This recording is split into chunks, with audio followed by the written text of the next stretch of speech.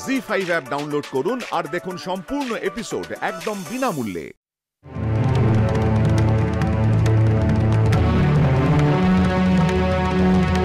মেজ বৌমা,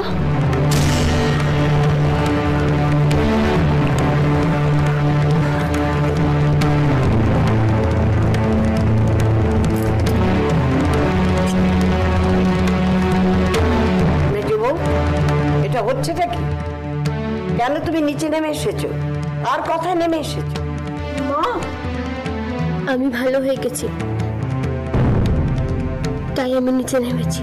হ্যাঁ, কতটা যে ভালো আছো তা বাড়ির লোকেরা জানে।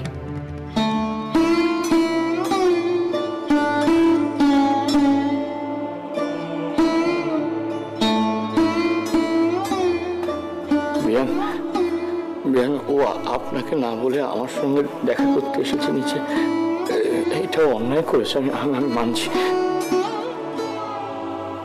ও তো আমার সঙ্গে দেখা করতে এসেছিল। আপনি গুরুজন, ওর হয়ে আমি আপনার কাছে ক্ষমা চেয়ে নিচ্ছি। ও কাজটা ঠিক করে। এখন আর ক্ষমা চেয়ে কি হবে বেয়াই মশাই? ছেলেবেলা থেকে তো কোনো শিক্ষাই দেননি, লঘুগুরু জ্ঞান পর্যন্ত। ও কি তালি মশাই, মেয়েকে দেখে আপনার এত আনন্দ হয়েছে যে মিষ্টিগুলোতে হাতও দেননি। খেয়ে নিন। হ্যাঁ, না না, আজকে আর হবে না। মেয়ের বাড়িতে এসে কিছু না খেলে সেটা কি ভালো হবে তালি মশাই? না না বাবা, আজ থাক। আসলে ছেলের বউ আবার আমার জন্য না খেয়ে বসে আছে তো। মিষ্টিটুকু খেয়ে নিন বেয়াই মশাই, না খেলে গৃহস্থের অকল্যাণ হবে।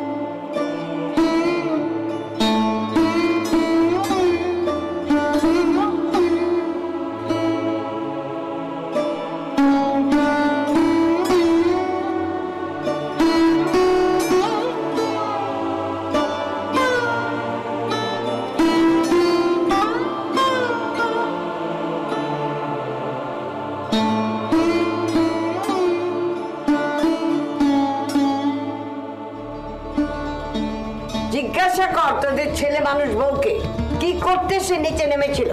কি করতে আবার? লোক আসাতে? এটাই তো ওনার কাজ, দফায় দফায় লোক আসানো।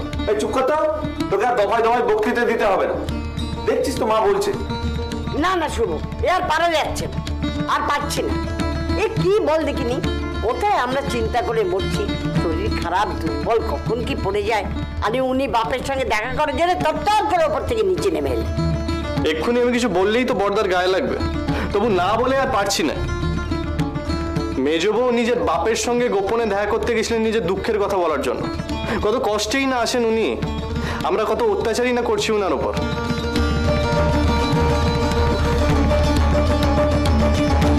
আমি বাবার সঙ্গে লুকিয়ে লুকিয়ে কোনো কথা বলিনি। শোন শোন শুভ শোন, জবাব একেবারে জিভের ডগায় লেগে আছে।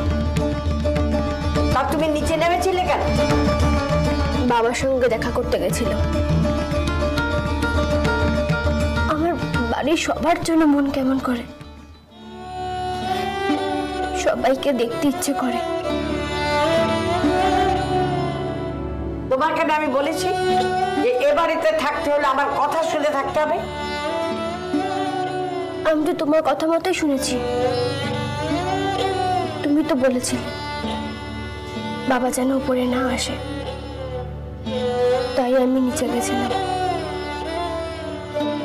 ওরে বাবা রে বাবা রে, শোন শোন, আমার বাধ্য বউয়ের কথা শোন। তার নিচে এসে কি প্রমাণ করলে? আমরা তোমাকে আটকে রেখেছিল, তুমি জোর করে নিচে নেমেছ। আমরা খুব খারাপ লোক, এই তো। সে আর বলতে। আমি তো বাবাকে কিচ্ছু বলিনি। আমি কি বলেছি যে তুমি আমাকে আটকে রেখেছো? সে কি বলেছো কি বলনি তা তো আর আমরা দেখতে যাইনি।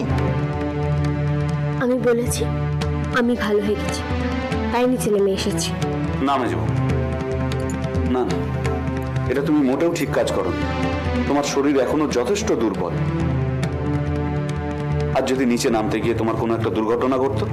ঘটতো, আবার সেবা শুশ্রূষা করে তাকে ভালো করে তোলা হতো। আমরা তো মহারানীর সেবার জন্য রয়েছি। হ্যাঁ, পারলে উনার জন্য আলাদা করে দাস দাসী, চাকর বাকর, পাহারাদার এসবও জোগাড় করে দাও। সেবাও হবে, আবার চলতে ফিরতেও সুবিধা হবে। এই কি বাজে বকছিস রে? আমাকে জিজ্ঞাসা না করে তুমি বাবার সঙ্গে দেখা করতে গিয়েছিলে কেন? তোমাকে বললে তুমি যেতে দিতে? বাহ বাবা, কি আনন্দের কথা শুনলি তো শুভ। তো জানতেই যদি যেতে দেব না, তাহলে গেলে কেন? আমার বিরুদ্ধে কি না গেলেই নয়? আমি তো অন্যায় কিছু করিনি।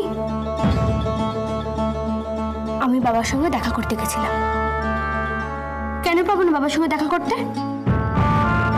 দিন দিন তোমার সাহস বাড়ছে। মায়ের মুখে মুখে কথা বলা, মায়ের অবাধ্য হওয়া, এসব শিক্ষা পেলে কোথা থেকে তুমি? আমরা তো তোমাকে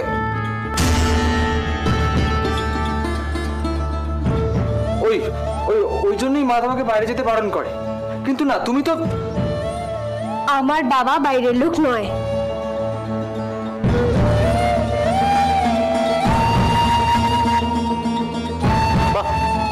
তালুই মশাই যদি ওনার কাছে বাইরের লোক না হন, তাহলে হয়তো আমরাই মেজবউয়ের কাছে বাইরের লোক। মেজদা, তোমার স্ত্রী তো বেশ ভালোই ব্যবস্থা করে রেখেছে। নিশ্চয়ই তার মনে মনে ইচ্ছে আছে যে এ বাড়ি থেকে নিজের অপছন্দের লোকদের বাদ দিয়ে নিজের লোকদের নিয়ে আসবে। এই কখনো কি এতটুকু বুদ্ধি শুদ্ধি রেখে কথা বলবি না? যা মুখে আসবে তাই বলে যাবি? চোখের সামনে যা দেখছি তাই বলছি। এরপর মাও হয়তো তালুই মশাইকে অনুমতি দিয়ে দেবেন, যখন তখন তিনি এসে এবারে মেয়েকেও দেখে যাবেন। যা বলেছ, তারপর তো নিজের কাছে নিয়ে যেতে পারবে, তারপর তো নিজের কাছে রেখেও দিতে পারবে। চুপ কর তো, মুখ্য কোথাকার। যা এখান থেকে যা। আর শোনো, মা যদি মেজবউকে যাওয়ার অনুমতি দেয়, তাহলে তা মা বোধ বুদ্ধি থেকে ভেবে চিন্তেই দিয়েছে। সংসারটা মা তোর চেয়ে অনেক ভালো বোঝে, বুঝলি? নাকি তুই মায়ের ওপরে গিয়ে কথা বলবি? থাক, অত কথায় কাজ নেই। মেজবউ, তোমাকে আমি আবারও বলছি, আমার কথা মতো যদি তুমি এ বাড়িতে থাকতে না চাও, তাহলে যেখানে তোমার ইচ্ছে, যেখানে ভালো লাগবে সেখানে তুমি যেতে পারো। এ বাড়িতে থাকতে হলে আমার কথা মতোই তোমাকে থাকতে হবে, আর এটাই আমার শেষ কথা।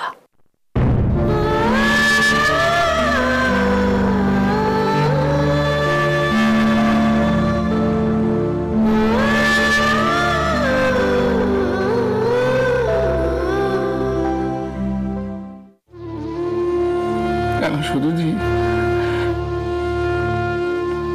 সুবর্ণটা কত বড় হয়ে গেছে। আমার সেই ছোট্ট সুবর্ণ এখন তাকে দেখলে চিনতে পারবে না। ও ওই দরজায় দাঁড়িয়েছিল জানো, যে আমাকে দেখলো, এক দৌড়ে ছুটে বুকে ঝাঁপিয়ে পড়ল। এই অফিস থেকে ফেরার সময় ওই রকম করত।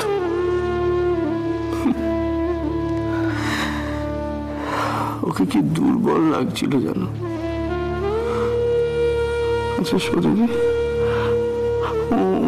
ও সুখে নেই জানো। না, সুখে নেই। ও মুখটা শুকিয়ে এইটুকু হয়ে গেছে, চোখে মুখে কালি। আমার সুবর্ণ ভালো নেই জানো, ভালো নেই। ভালো থাকবে না কেন? অত বড় অসুখ থেকে উঠলো তো, তাই এমন লাগছিল হয়তো। ওখানে কিচ্ছু ঠিক নেই, এখনো সব ঠিক হয়নি। ওর শাশুড়ি তো এখনই খুব রেগে আছে। আচ্ছা সদুদি, আমার জি5 ডাউনলোড করুন আর সব এপিসোড দেখুন একদম ফ্রি।